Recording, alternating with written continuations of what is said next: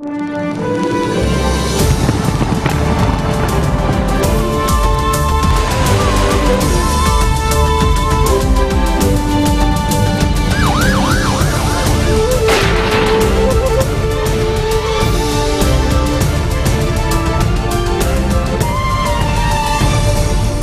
à tous, merci de nous rejoindre sur Futur TV pour cette nouvelle édition de la rédaction. Tout de suite, les titres. Riyad et ses alliés rompent leurs relations diplomatiques avec l'Iran. Les vives tensions entre Téhéran et ses voisins arabes ont franchi un nouveau seuil. La communauté internationale appelle à la désescalade. L'espace Schengen est en danger. Berlin tire la sonnette d'alarme après la décision du Danemark de contrôler sa frontière avec l'Allemagne. La Suède, elle aussi, vient de fermer la porte principale d'accès à son territoire. Nouvel attentat suicide à Kaboul, un kamikaze s'est fait exploser sur une route menant à l'aéroport de la capitale afghane, alors que dans le nord, des hommes armés sont toujours retranchés dans une maison adjacente au consulat indien. On commence ce journal par cette information. On apprend l'attaque du Hezbollah contre une patrouille israélienne à la frontière. Des tirs d'obus israéliens ont par ailleurs atteint lundi la localité libanaise de Ouazani, située près de la frontière nord d'Israël. Selon des sources de sécurité, de son côté, Al-Manar, la télévision du Hezbollah, a fait état d'informations selon lesquelles un engin explosif avait visé les forces israéliennes et explosé non loin de Ouazani. La disparition d'un géant de la politique libanaise, Fouad Boutros, nous a quittés hier. Il était âgé de 98 ans. Il avait occupé de nombreux postes, dont celui de ministre des Affaires étrangères à 2 reprises. Défenseur inflexible de la souveraineté du pays, le député grec orthodoxe de Beyrouth avait beaucoup contribué au rayonnement de la diplomatie libanaise dans le monde, mais aussi durant le mandat de Fouad Chehab à la construction d'un État moderne. Il reste dans l'esprit de tous une figure de dialogue et de modération. Ayant marqué le siècle dernier, ses obsèques auront lieu demain à 13h30 en l'église Saint-Nicolas à Ashrafiyeh. La voie du dialogue et de la modération s'éloigne justement un peu plus depuis l'exécution du dignitaire chiite Nemer el-Nemer en Arabie Saoudite. Le bras de fer sans merci que se livrent les deux puissances de la région ne semble pas près de faiblir. Bien au contraire, l'Iran a durci le ton face à Riyad. Celle-ci condamne les ingérences de son voisin chiite dans ses affaires intérieures. La communauté internationale, quant à elle, appelle à la désescalade. Le soulagement pour ces diplomates saoudiens. Les voilà à Dubaï. Ils ont dû quitter précipitamment Téhéran après le saccage ce week-end de leur ambassade. Je remercie le protecteur des 2 saintes mosquées, son prince héritier et son vice-prince héritier, qui ont protégé la vie des membres de la mission diplomatique. Le personnel diplomatique iranien a quant à lui 48 heures pour quitter l'Arabie Saoudite, annonce du ministre saoudien des Affaires étrangères. Pour Téhéran, pas de doute, Riyad cherche à aggraver les tensions au Moyen-Orient. Malheureusement, l'Arabie Saoudite voit non seulement ses intérêts, mais aussi son existence dans la poursuite des tensions et des affrontements dans la région. Ces dernières années, elle a pris des mesures et suivi des politiques dans ce sens. Et toutes ces politiques n'ont fait qu'empirer les conflits dans la région. Une escalade des mots, mais aussi de la violence qui a commencé entre les deux pays samedi, conséquence de l'exécution du dignitaire chiite, le cheikh Nimr, considéré par les Saoudiens comme un terroriste. S'en est suivi le saccage de l'ambassade de l'Arabie Saoudite à Téhéran. Dimanche soir, la police saoudienne a été la cible de tirs à Qatif, village natal du cheikh Nimr, où des femmes et des hommes s'étaient réunis pour manifester. Un homme a été tué. De nouveaux signes de tension entre chiites et sunnites, et cela ne semble pas près de s'arrêter. Le Bahreïn et le Soudan ont eux aussi annoncé qu'ils rompaient leurs relations diplomatiques avec l'Iran. Et en Irak, 2 mosquées sunnites ont été visées à l'aube par des attentats à la bombe. Des hommes en uniforme militaire ont déclenché des explosifs. On déplore 3 blessés. Et sans lien avec cet incident, un muezzin a été abattu près de sa maison à Iskandaria. Les autorités ont exhorté la population à ne pas se laisser entraîner dans les violences interreligieuses. Réaction donc en cascade encore aujourd'hui dans tout le monde chiite après l'exécution du Cheikh al-Nimer en Irak, au Liban ou encore à Bahreïn. Ludovic de Foucault et Leila Sali nous en disent plus. Ils sont des centaines dans les rues de Bagdad. Même colère dans la ville sainte de Kerbala, au centre de l'Irak. Dans les rues de Beyrouth aussi, des dizaines de Libanais se sont rassemblés. L'exécution hier d'un symbole chiite avait juste pour but de réveiller la guerre sunnite-chiite, alors que le cheikh Al-Nimr, lui, dénonçait l'oppression et la violation des libertés. Mais le leader du Hezbollah, le mouvement chiite libanais, a lancé une mise en garde. La communauté chiite doit faire attention à ne pas faire de cette exécution un problème entre sunnites et chiites. C'est la famille Saoud qui a tué le cheikh Al-Nimr. Point. Au Bahreïn, petit pays insulaire du Golfe, la population est en majorité chiite, mais le pouvoir est aux mains d'une monarchie sunnite alliée à l'Arabie saoudite. À Manama, la capitale, ces manifestants s'en prennent à leur façon à la famille royale du Bahreïn et à celle de l'Arabie saoudite.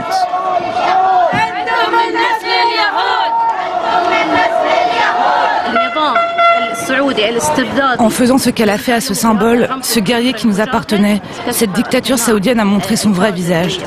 On peut maintenant voir que ce pays cherche à cacher ses crimes à l'ensemble du monde musulman.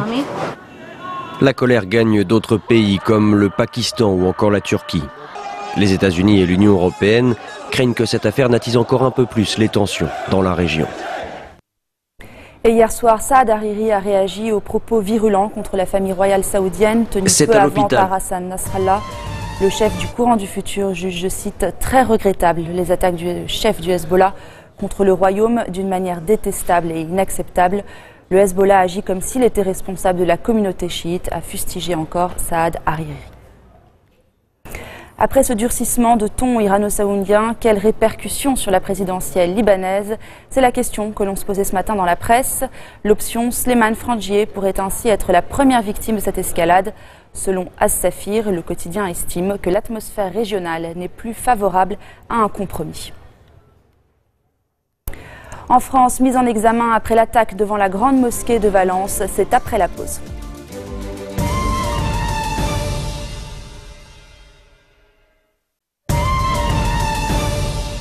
À Aden, la deuxième ville du Yémen, un couvre-feu nocturne est en vigueur depuis ce matin. Il doit débuter à 20 h ce soir. L'annonce fait suite à de violents combats hier dans le port d'Al-Moula. Des violences qui ont fait 9 morts du côté des forces de sécurité et 8 chez les assaillants qui pourraient être des djihadistes. Le port est lui désormais sous contrôle des forces gouvernementales. L'espace Schengen est en danger. Déclaration du porte-parole du ministre allemand des Affaires étrangères, Martin Schäfer. Berlin tire la sonnette d'alarme après la décision du Danemark de contrôler sa frontière avec l'Allemagne. Et alors que depuis ce matin, la Suède vient de fermer le principal port d'accès à son territoire. Sophie Guignon. Dernier arrêt avant le royaume de Suède. Dans cette gare de Copenhague, les passagers à destination de la Suède sont contraints de sortir de leur train. Les contrôles d'identité sont désormais obligatoires. L'ambition des autorités suédoises, limiter l'arrivée de migrants sur leur territoire. Le pays se dit dépassé. Les voyageurs, eux, sont partagés. C'est un signal négatif, bien sûr, si on regarde la question d'un point de vue humanitaire. Je me sens triste. Cela signifie que je vais devoir prendre les transports 1 heure plus tôt. Même scène à Malmö, en Suède. Dimanche, une barrière de 500 mètres de long, sur 2 mètres de haut, a été érigée. Les autorités séparent les passagers suédois de ceux venus de l'étranger, notamment du Danemark. Les passagers suédois resteront d'un côté de la barrière et ceux venant du Danemark iront de l'autre côté. Ce sont eux qui seront contrôlés. Les migrants sans papier d'identité sont automatiquement refoulés. Cette disposition suspend donc de fait les accords de Schengen et ne respecte pas la Convention de Genève, texte international de référence sur le statut des réfugiés, signé par la Suède en 1951. En France, à présent, l'homme qui a attaqué des militaires devant la grande mosquée de Valence a été mis en examen. Un mandat de dépôt a été requis à l'encontre de l'assaillant. C'est à l'hôpital que le suspect a été informé de sa mise en examen. Il y a 2 jours, Raouf El Ayeb, un Français de 29 ans né en Tunisie, fonce à 2 reprises sur des soldats en faction devant la grande mosquée de Valence. Les militaires ripostent, font feu une 30aine de fois. L'homme est blessé, touché au bras et à la jambe. A-t-il agi sous influence djihadiste? Devant la mosquée, les enquêteurs traquent les moindres indices et le procureur s'interroge. Une perquisition a été effectuée dans son véhicule. On n'y a rien découvert de particulier, pas d'armes notamment, pas de documents de nature à revendiquer un éventuel passage à l'acte de cet ordre. Mais samedi soir, en perquisitionnant son domicile à Bron, les policiers découvrent sur son ordinateur des images de propagande et d'exécution djihadistes. Aux enquêteurs, le suspect confie qu'il voulait tuer des militaires parce qu'il tue des gens en Syrie.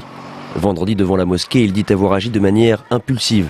Le procureur n'a donc pas retenu l'intention terroriste. Le parquet a demandé sa détention. Et je vous informe qu'une commémoration des attentats contre le journal Charlie Hebdo, il y a un an, doit se dérouler aujourd'hui à Paris. Nouvel attentat à présent, suicide à Kaboul. Un kamikaze s'est fait exploser sur une route menant à l'aéroport de la capitale afghane. L'attaque n'a pas été revendiquée. Sur cette route menant à l'aéroport, le kamikaze s'est fait exploser près d'un barrage de la police. Sa cible, vraisemblablement un convoi de soldats de l'OTAN.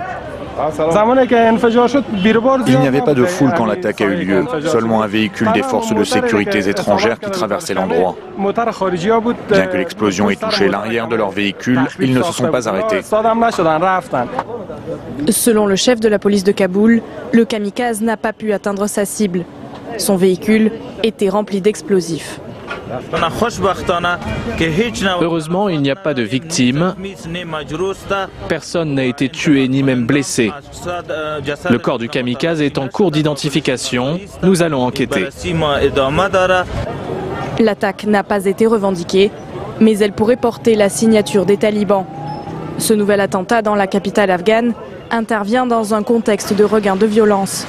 Au même moment, au nord du pays, les forces afghanes tentaient de neutraliser des insurgés retranchés dans un bâtiment proche du consulat indien. Cette attaque non plus n'a pas été revendiquée, mais les talibans mènent une rébellion sans relâche, malgré la volonté de Kaboul de raviver des négociations de paix. Les discussions avaient été suspendues l'été dernier. Et on reste en Afghanistan, dans le nord du pays. La police tente toujours de venir à bout des hommes armés retranchés dans une maison adjacente au consulat indien de Mazar-i-Sharif. Ces individus ont tenté en vain dimanche soir de prendre d'assaut la représentation diplomatique. Aux États-Unis, c'est une milice armée qui s'est emparée d'un bâtiment fédéral dans l'Oregon. Ces hommes appellent à la libération de 2 fermiers. Ils ont d'ores et déjà prévenu qu'ils pourraient se défendre si la police intervenait. À l'intérieur de ce bâtiment public, des miliciens lourdement armés. Depuis samedi, ces hommes occupent ce refuge d'un parc naturel de l'Oregon. Ils affirment être 150 et entendent ainsi s'opposer à l'État. Ils se disent prêts à se défendre si la police tente de les déloger. Ce bâtiment appartient au peuple. Combien de temps allez-vous rester? Aussi longtemps qu'il le faudra. Est-ce à cause de ces menaces? Toujours est-il que les autorités tentent de calmer le jeu. Des négociations ont été entamées, mais pour l'heure, pas question d'intervenir par la force. Soyons civilisés, soyons aussi ouverts que possible. Et si ça ne marche pas, alors on adoptera une position de fermeté. Une méthode douce qui n'a pas manqué de faire réagir la toile. Pour les activistes du mouvement Black Lives Matter, cet incident n'est qu'une preuve de plus de la discrimination raciale aux États-Unis. Comment auraient réagi les autorités si c'était 150 hommes noirs armés qui occupaient le refuge, écrit un internaute. Une autre ironise avec cette image, montrant selon elle les Noirs qui attendent que la garde nationale intervienne face à la milice terroriste, comme elle l'a fait à Ferguson en août 2014. Jusqu'ici, la couverture médiatique des événements de l'Oregon est restée limitée. Pour de nombreux internautes, il s'agit pourtant d'une affaire de terrorisme blanc qui n'est pas présentée comme telle par les autorités et les médias. Voilà, c'est la fin de cette édition. Tout de suite, le rappel des titres. Riyad et ses alliés rompent leurs relations diplomatiques avec l'Iran. Les vives tensions entre Téhéran et ses voisins arabes ont franchi un nouveau seuil. La communauté internationale appelle à la désescalade. L'espace Schengen est en danger. Berlin tire la sonnette d'alarme après la décision du Danemark de contrôler sa frontière avec l'Allemagne. La Suède, elle aussi, vient de fermer la porte principale à l'accès de migrants à son territoire. Nouvel attentat suicide à Kaboul. Un kamikaze s'est fait exploser sur une route menant à l'aéroport de la capitale afghane. Alors que dans le nord, des hommes armés sont toujours retranchés dans une maison adjacente au consulat indien. Merci de votre attention. Retrouvez-nous tous les jours à 16h40 heure de Beyrouth Vous pouvez également nous suivre en ligne sur notre site web ou en téléchargeant notre application mobile. Excellente soirée à toutes et à tous.